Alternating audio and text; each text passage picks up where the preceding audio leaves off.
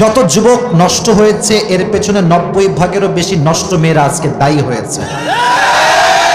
এবং যত যুবক দিনের পথে ফিরে এসেছে তার স্ত্রীকে পাওয়ার মাধ্যমে, এখানেও 100তে 100 একজন দিনদার মেয়ের হাত আছে, ঠিক কিনা বল? একজন মেয়ে যেমন একজন যুবকের জীবনকে নষ্ট করতে পারে, exactly to the same way একজন মেয়ে চাইলে তার ভালোবাসা, মমতা, স্ত্রী হিসেবে তার সমস্ত মোহাব্বত দিয়ে তার স্বামীর জীবনকে সে পরিবর্তন করতে পারে, ঠিক কিনা?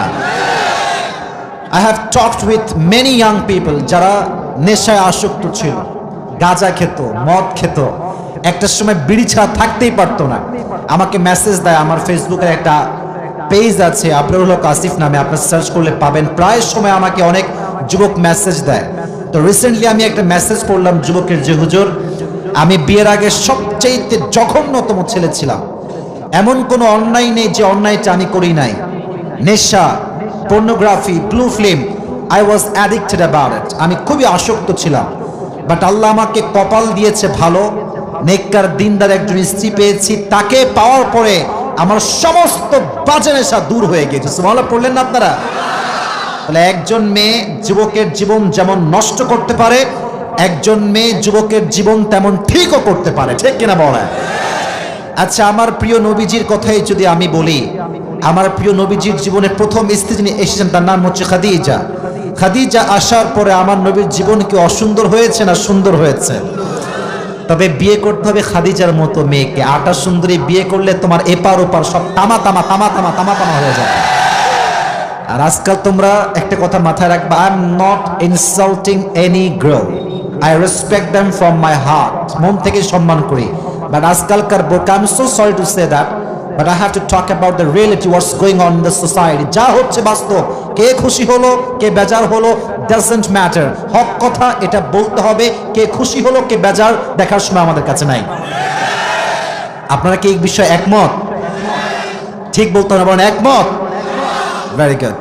এই বোরকাটা আজকাল একটা ট্র্যাডিশনাল, একটা স্মার্টনেস, মডার্ন হয়ে গিয়েছে। আমি মুসলমান ঘরের মেয়ে, তাই আমি বোরকা পরি, বাট আমি বোরকা পরে 4-5টা প্রেম আমি একাই করি। বোরকা is just like a modern and fashion.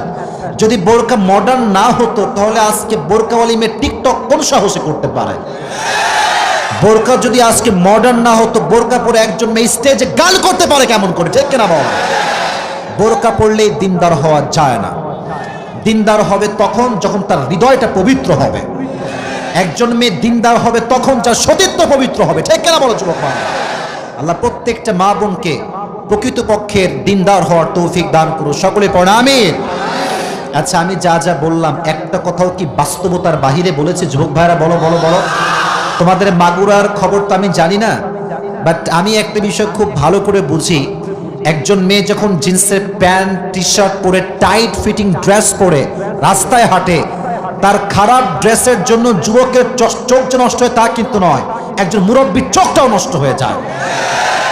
তো তারা মাঝে মাঝে বলে যে আমাদের পোশাকের দোষ না, আপনাদের চোখের দোষ। এই লজিক আছে না? আপনারা বলেন আছে না? আছে না? আচ্ছা, মনে করেন মাগুরা, একটা এক্সাম্পল দিয়ে তাফসীর শুরু করছি। মাগুরার বিশ্ব রোডে আমি আমার কার নিয়ে যাচ্ছি, আমার কার আছে, স্পিড হচ্ছে 100। বলেন তো কত? গাড়ি কি আস্তে না জোরে? জোরে। হঠাৎ করে আমি দেখলাম যে আমার গ্লাসের সামনে দিয়ে, রাস্তার মাঝখান দিয়ে একজন মেয়ে হাঁটছে, জিন্সের প্যান্ট এবং টি শার্ট পরা। কিন্তু আমি ভাবলাম কি রে, দেখলেই তো চোখের দোষ হয়ে যাবে, আমি আজকে দেখবই না। গাড়ি কিন্তু আছে 100-তে। এখন আপনি সামনের দিকে না তাকালে নিচের দিকে এমনি ধরে আছেন, আপনার চোখ নিচের দিকে, আপনি কি যাবেন না মরবেন?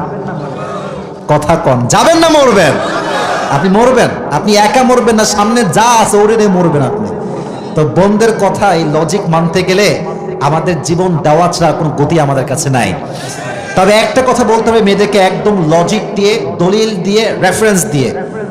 এই দেশের যত মেয়ে ধর্ষিতা হয়েছে তার 95%-এরও বেশি জিন্সের প্যান্ট এবং টি শার্ট ওয়ালি তারা ছিল।